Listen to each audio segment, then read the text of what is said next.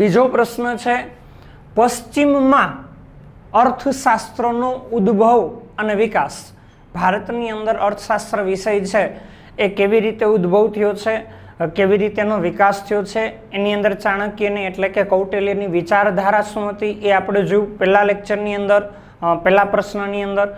हवे पश्चिमना देशोमां एटले के युरोपना देशोनी अंदर, अमेरिकाना देशोनी अंदर अर्थशास्त्र विषय है एनी केवी रीते उत्पत्ति थई छे, केवी रीते एनो उद्भव थयो छे ए आपणे आ प्रश्ननी अंदर जोवानुं छे। सौ प्रथम ग्रीक देशना तत्वचिंतक एरिस्टोटले ओइकोनोमिका पुस्तकनुं विमोचन कर्युं। ओइकोनोमिका नामनुं पुस्तक रजू कर्युं अने ए ओइकोनोमिका नामना पुस्तकमां एमणे आर्थिक चिंतन रजू कर्युं, एटले के आर्थिक विचारो तत्वचिंतक एरिस्टोटले ओइकोनोमिका नामना पुस्तकनी अंदर पोताना आर्थिक विचारो छे एटले के अर्थशास्त्र विषय अंगेना एमना जे आर्थिक विचारो छे ए आर्थिक विचारो एमणे रजू कर्या छे। अने ए आर्थिक विचारो एमणे रजू कर्या ए समयगाळानी अंदर औद्योगिक क्रांतिनो उद्भव थयो, एटले के औद्योगिक क्रांतिनी शरूआत थई, जेनो समयगाळो एटले के औद्योगिक क्रांतिनो समयगाळो छे 1750 थी 1830। औद्योगिक क्रांतिनो उद्भव क्या देशमां थयो तो के ब्रिटनमां एटले के इंग्लेंडनी अंदर। कया क्षेत्रे थयो तो के कापड़ क्षेत्रे औद्योगिक क्रांतिनी शरूआत थई हती। एटले लगभग 17મી सदी छे एना प्रारंभमां, एना शरूआतना समयगाळामां ग्रीक देशना तत्वचिंतक एरिस्टोटले ओइकोनोमिका नामनुं पुस्तक रजू कर्युं अने ए ओइकोनोमिका नामना पुस्तकनी अंदर पोताना आर्थिक विचारो एटले के आर्थिक चिंतन एणे रजू कर्युं। हवे ए आर्थिक चिंतन शुं हतुं तो के जेवी औद्योगिक क्रांतिनी शरूआत थई ब्रिटनमां एटले के इंग्लेंडनी अंदर, एटले श्रम विभाजन अने विशिष्टीकरण थयुं। हवे श्रम विभाजन एटले शुं तो के सारी आवड़त धरावता, सारू कौशल्य धरावता, सारू ज्ञान धरावता श्रमिको कोई एक प्रदेश में, कोई एक देश में जुदा जुदा स्थळोए काम करवा माटे गतिशील बने, पछी उद्योग क्षेत्रना होय, सेवा क्षेत्रना होय, कोई अन्य आर्थिक प्रवृत्तिना होय तो एने श्रम विभाजन तरीके ओळखवामां आवे। अने ए श्रम विभाजन माटे बे कारण जवाबदार छे के एक तो वैश्विक स्तरे शिक्षणनी सुविधाओ वधी अने आरोग्यनी सुविधाओ वधी। शिक्षण अने आरोग्यनी सुविधाओ वधे तो शिक्षणनी सुविधाथी जे ते देशना श्रमिको छे एनामां आवडतनो विकास थशे, एनी प्रतिभा वधे छे, एनामां कौशल्यनो विकास थाय अने आरोग्यनी सुविधा वधे तो ए श्रमिको शारीरिक मानसिक रीते स्वस्थ बने छे। तो आवा शारीरिक मानसिक रीते तैयार थयेला श्रमिको उद्योग क्षेत्र में, सेवा क्षेत्र में, जुदा जुदा प्रदेशोनी अंदर, जुदा जुदा एकमोनी अंदर काम करवा माटे गतिशील बने छे, जे प्रक्रिया ने श्रम विभाजन कहेवाय। एटले औद्योगिक क्रांतिनी शरूआत थवाथी श्रम विभाजन थयुं। अने बीजो शब्द आप्यो छे विशिष्टीकरण। विशिष्टीकरणनुं बीजुं नाम शुं छे तो के नवीनीकरण। विशिष्टीकरण एटले नवीनीकरण।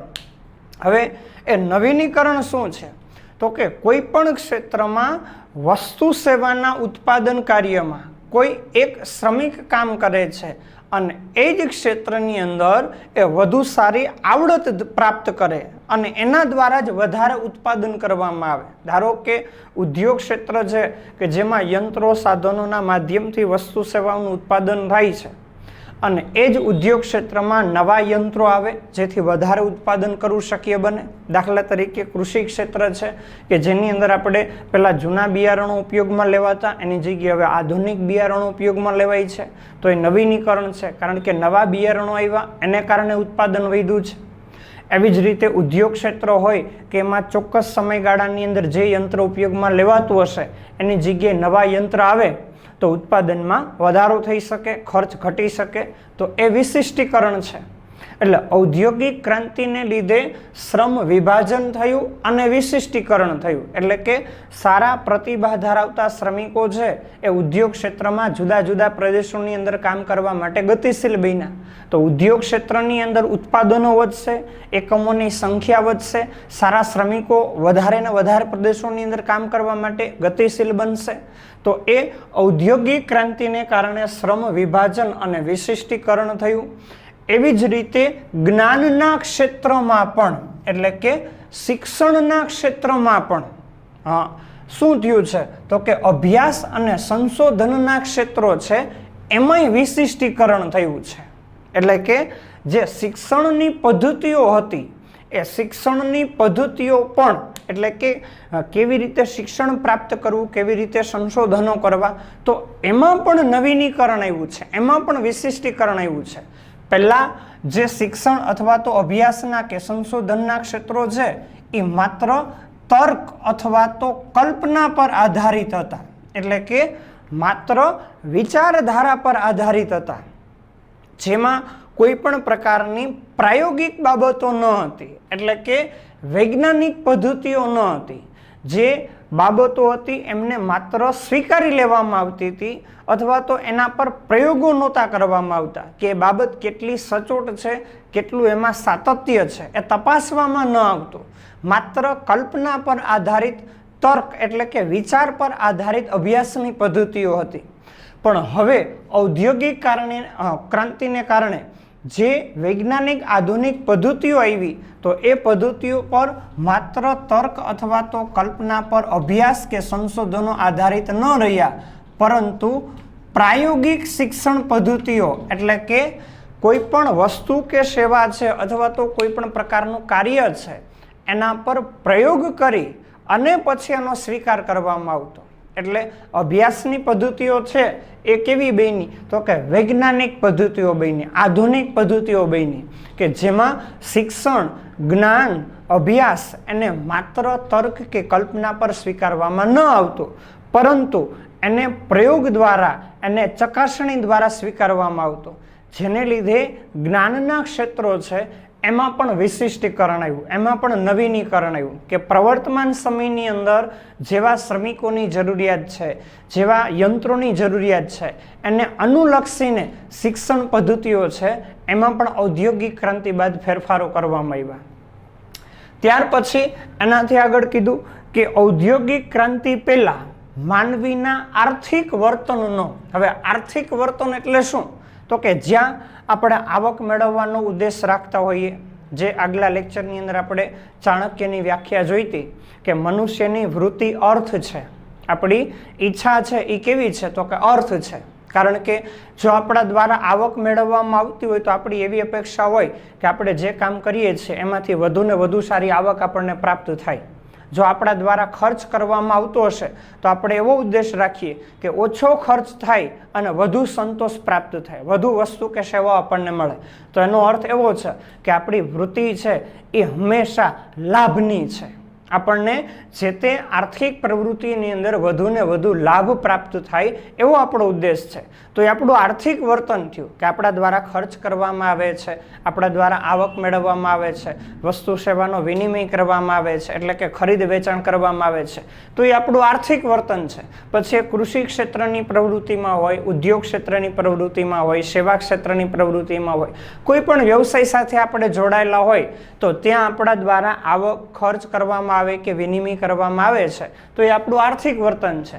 પણ અહીંયા એ કીધું છે કે માનવીનું જે આર્થિક વર્તન છે એ ઔદ્યોગિક ક્રાંતિ પહેલા કેમાં તપાસવામાં આવતું તો કે રાજ્યશાસ્ત્ર, નીતિશાસ્ત્ર કે તત્વચિંતનના આધારે. હવે રાજ્યશાસ્ત્ર વિષય છે તો એમાં તો આખી રાજ્યની વ્યવસ્થાઓ આપણને દર્શાવેલી હોય, એમાંથી આપણે માનવીનું આર્થિક વર્તન તપાસવાનું. એવી જ રીતે નીતિશાસ્ત્ર છે તો એમાં તો કાયદાઓ આપણને દર્શાવેલા હોય, એમાંથી આપણે માનવીનું આર્થિક ચિંતન છે, આર્થિક વર્તન છે એને આપણે તપાસવાનું થાય. અને તત્વચિંતન છે એટલે કે વિચારધારા પર આધારિત તર્કશાસ્ત્ર છે, બરોબર, તત્વજ્ઞાન છે, એમાં પણ માત્ર માનવીની વિચારધારાઓ દર્શાવેલી હોય છે.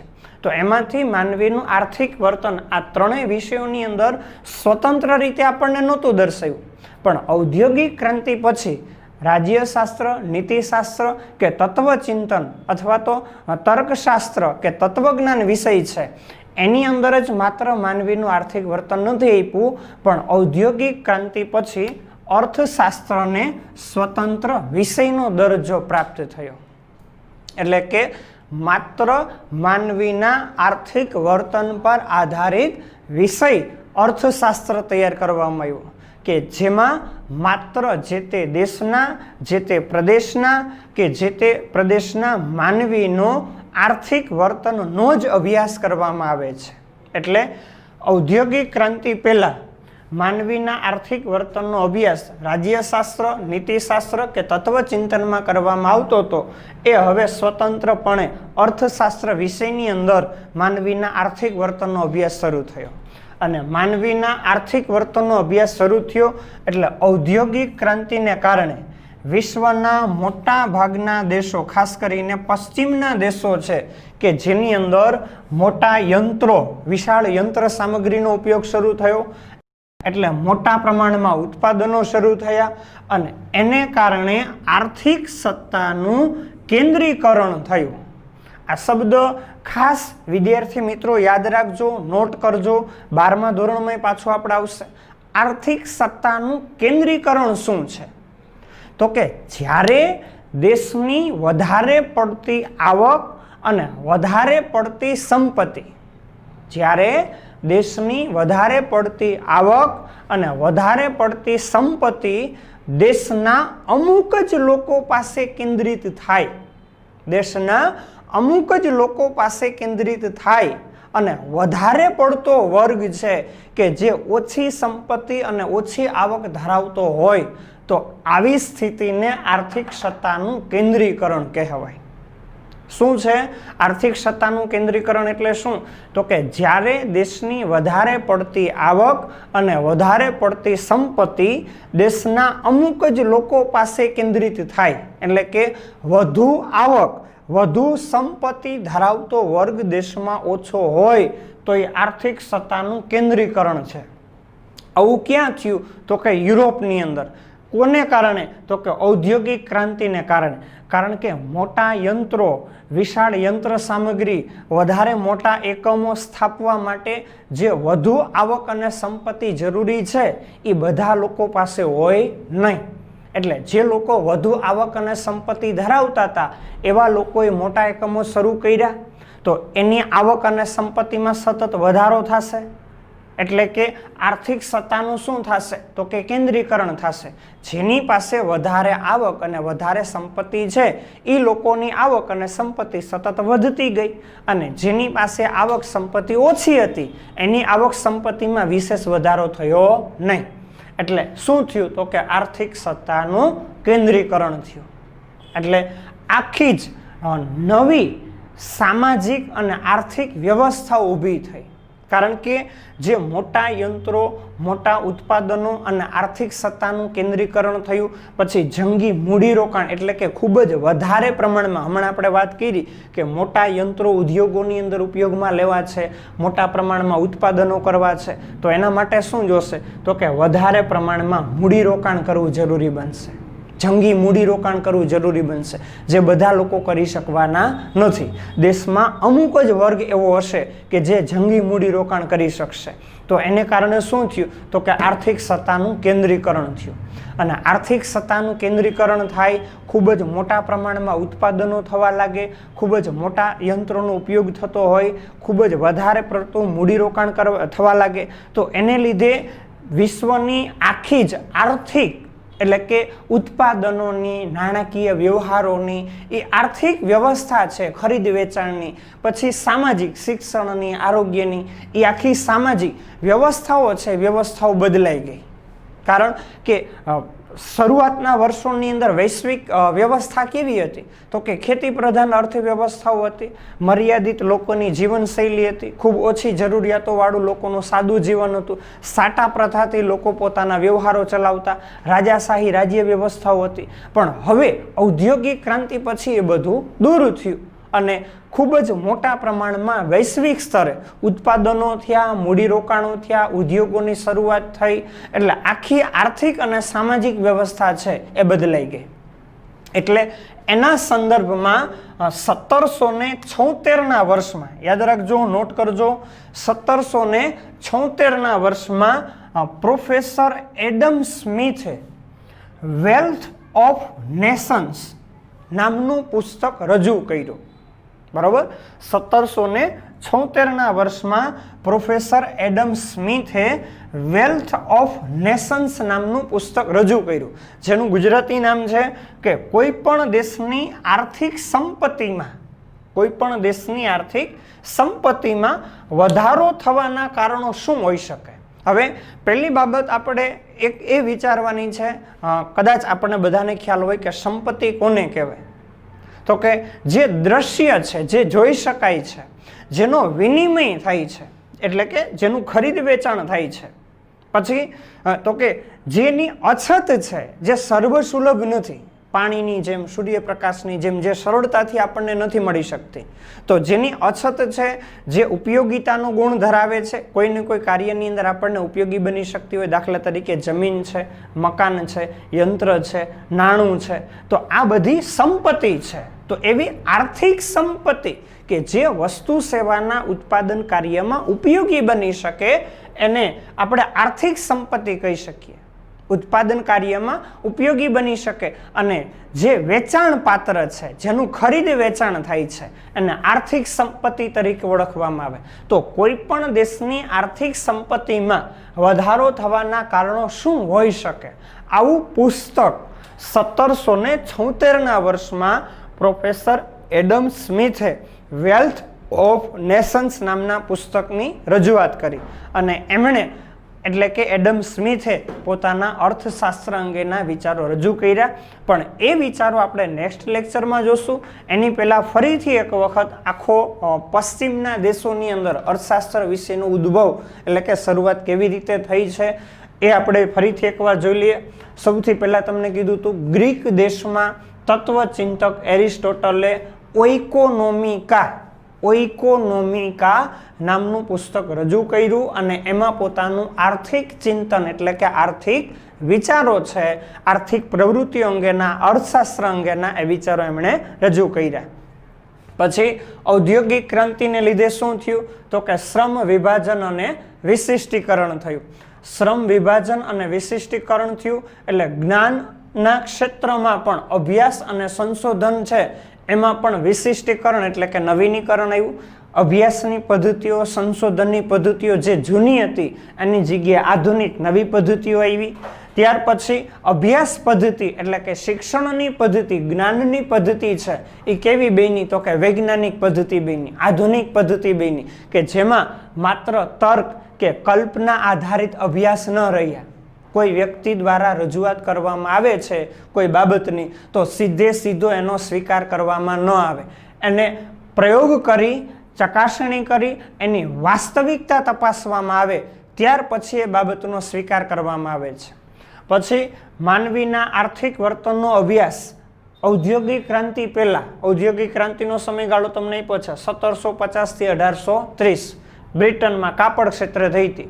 પણ એ ઔદ્યોગિક ક્રાંતિ થઈ એ પહેલા માનવીના આર્થિક વર્તનનો, એટલે કે વ્યક્તિ કેવી રીતે ખર્ચ કરે છે, કેવી રીતે આવક પ્રાપ્ત કરે છે, કેવી રીતે વિનિમય કરે છે, કેવી રીતે આર્થિક પ્રવૃત્તિઓનો વિકાસ વિસ્તાર કરે છે, તો એનું આર્થિક વર્તન થયું. એનો અભ્યાસ કેમાં થતો, તો કે રાજ્યશાસ્ત્ર, નીતિશાસ્ત્ર અને તત્વચિંતનમાં, એટલે કે તર્કશાસ્ત્રની અંદર, તત્વજ્ઞાનની અંદર. પણ હવે સ્વતંત્ર વિષય તરીકે અર્થશાસ્ત્રની શરૂઆત થઈ. ત્યાર પછી ઔદ્યોગિક ક્રાંતિને કારણે શું થયું, તો કે મોટા યંત્રો, મોટા પ્રમાણમાં ઉત્પાદનો, આર્થિક સત્તાનું કેન્દ્રીકરણ અને જંગી મૂડીરોકાણ થવા લાગ્યા વિશ્વના મોટા ભાગના દેશોમાં, ખાસ કરીને પશ્ચિમના દેશોમાં. તો એને લીધે શું થયું, તો કે નવી આખી આર્થિક અને સામાજિક વ્યવસ્થા ઊભી થઈ. જે ખેતી પ્રધાન અર્થવ્યવસ્થાઓ હતી, મર્યાદિત જરૂરિયાતોવાળું લોકોનું સાદું જીવન હતું, એમાં બધા પરિવર્તનો આવ્યા. શિક્ષણના સ્તર બદલા, ઉત્પાદનો, આર્થિક પ્રવૃત્તિઓ, એ બધામાં પરિવર્તનો આવ્યા. ત્યાર પછી 1776ના વર્ષમાં પ્રોફેસર એડમ સ્મિથે વેલ્થ ઓફ નેશન્સ એટલે કે કોઈ પણ દેશની આર્થિક સંપત્તિમાં વધારો થવા પાછળના કારણો શું હોઈ શકે આવું પુસ્તક લખ્યું અને એ પુસ્તકની અંદર એમણે પોતાના આર્થિક વિચારો રજૂ કર્યા. એ વિચારો આપણે નેક્સ્ટ લેક્ચરની અંદર જોશું.